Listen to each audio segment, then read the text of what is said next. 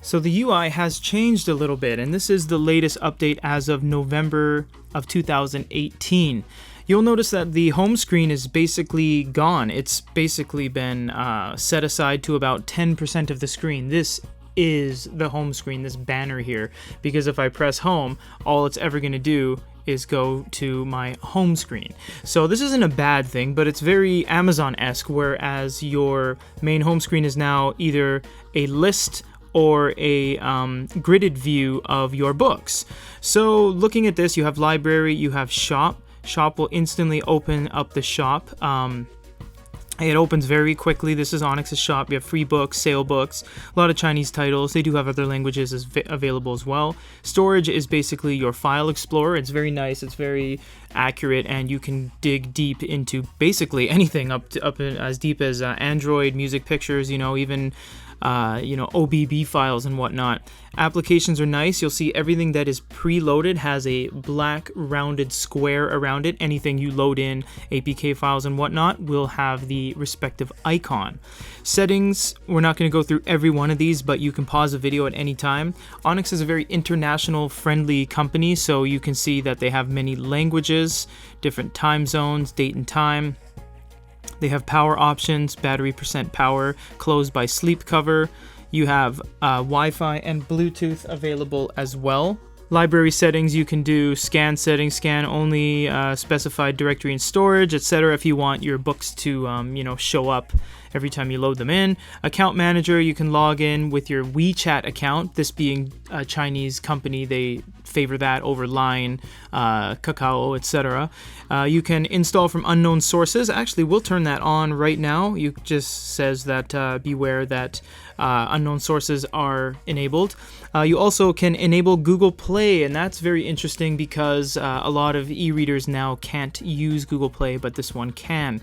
You see the Nova, and this is 2018 November update, automatic update detection, and you have feedback as well. Page turn speeds are very quick, very snappy. You do have a lot of options on Onyx devices. We'll start on the bottom. You have text-to-speech. We'll show you that later. Front light, refresh, slideshow settings. You also have font face. Font face has Chinese font faces, English font faces. Check the number at the bottom. Note that 26 pages of fonts. That is insane how many preloaded fonts come with this device.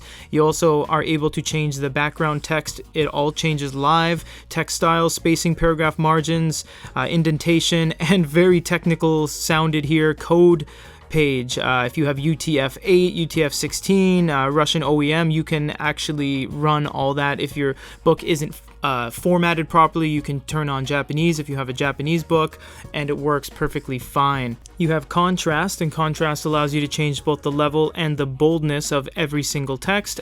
And you can use set as global preference, which basically blankets all of your settings for every time you open up a new book. And you have rotation, which allows you to change it 4 different ways because there is no gyroscope built in.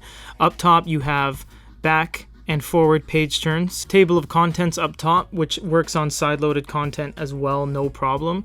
And you have bookmarks on the top right corner. Long pressing on something, you open up even more options: copy, highlight, annotation, dictionary, TTS, drop downs for different dictionaries, Oxford Dictionary, Chinese Dictionary. The thing is loaded with content, and this is only the preloaded software. You can actually install any APK file of any reader you want. PDFs are also very nice to look at on larger screen devices. To give you some perspective, this is the Poke Pro on the right, and the left is the Nova, so you can see the difference between a 6-inch device and a full device, a full screened device like this. Pinching and zooming, you don't have a mini map, you just have a zoom factor percentage. Moving around is a little bit choppy, but we will show you how to fix that in a second. Zooming all the way out, to 100%. Tapping the center, you get a lot of options. I'm not going to go through every single one of these and click on them, but you have zoom, zoom out, fit to page, crop. You have navigation, text reflow. That will get rid of all the images in the PDF, and we're not going to press that because there's hundreds of pages here. But it will do the whole book and get rid of everything. Manual crop, comic mode, article mode, reset. Contrast is again what we had in the ebook experience. Tapping the center to get back. We have rotation, 4-way rotation, and more. Text-to-speech, front light, refresh slideshow, and settings. Long pressing on the words takes a couple seconds, but you'll see that it does end up highlighting it in the end. So once you long press and you wait a second, you get copy, highlight, annotation, dictionary, TTS, all the same things you get in the ebook experience as well. So that's very nice. On the top right corner of the home screen, you can actually press this button and it turns on A2 mode. And A2 mode actually makes the images less high quality, but when you zoom in, you can see everything is much more fluid, much quicker, much snappier, and it renders very fast. So boom, everything renders within like half a second. The downside is that the image quality is basically gone, but the page turns no longer have animations. Everything is very nice and snappy. That is the benefit of A2 mode. Aside from the ebook app store, you do have the app store. So you get mostly Chinese content, of course, but you get stuff like Play Store login patches.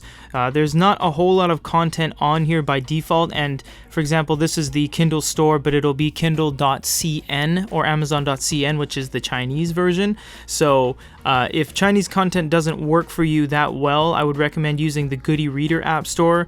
We have over 50,000 apps. As you can see, there are some English stuff, but not until page 5 out of 8, 6 out of 8. You get a couple English content applications, and this might not be the best for people that want more English content, so that's why we recommend the Goody Reader app store.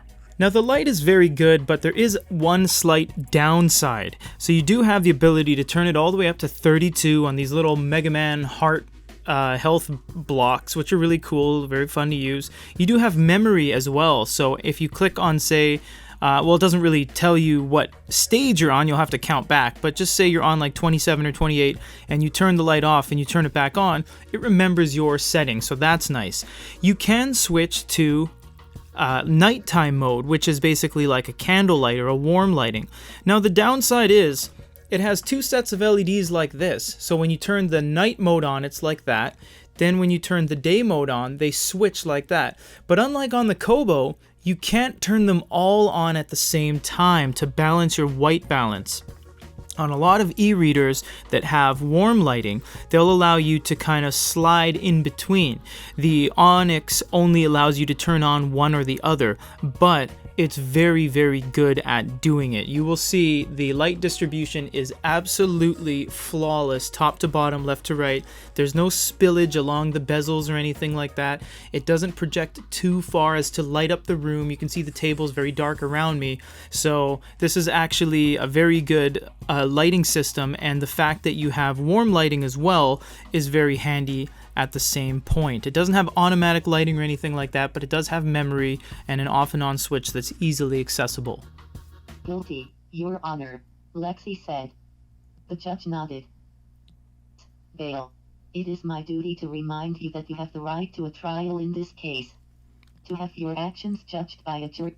So the TTS, text-to-speech, feature on the stock experience is not the greatest. It does work well. You get a decent amount of options. However, it is very robotic and it's not the best pacing. But remember, this device has Bluetooth. It has the ability to run any APKs. So basically, you don't have to use the stock experience. You can drag and drop any app you want and install it onto this device. So you can use basically, Moon Plus Reader, any reader actually, to use the best text-to-speech engine that you like. So the Nova is a very good middle ground between, say, the 6-inch Poke series and the very large Onyx Boox Note series. So basically, it's a bargain e-reader around the $200, $250 mark, depending on your market.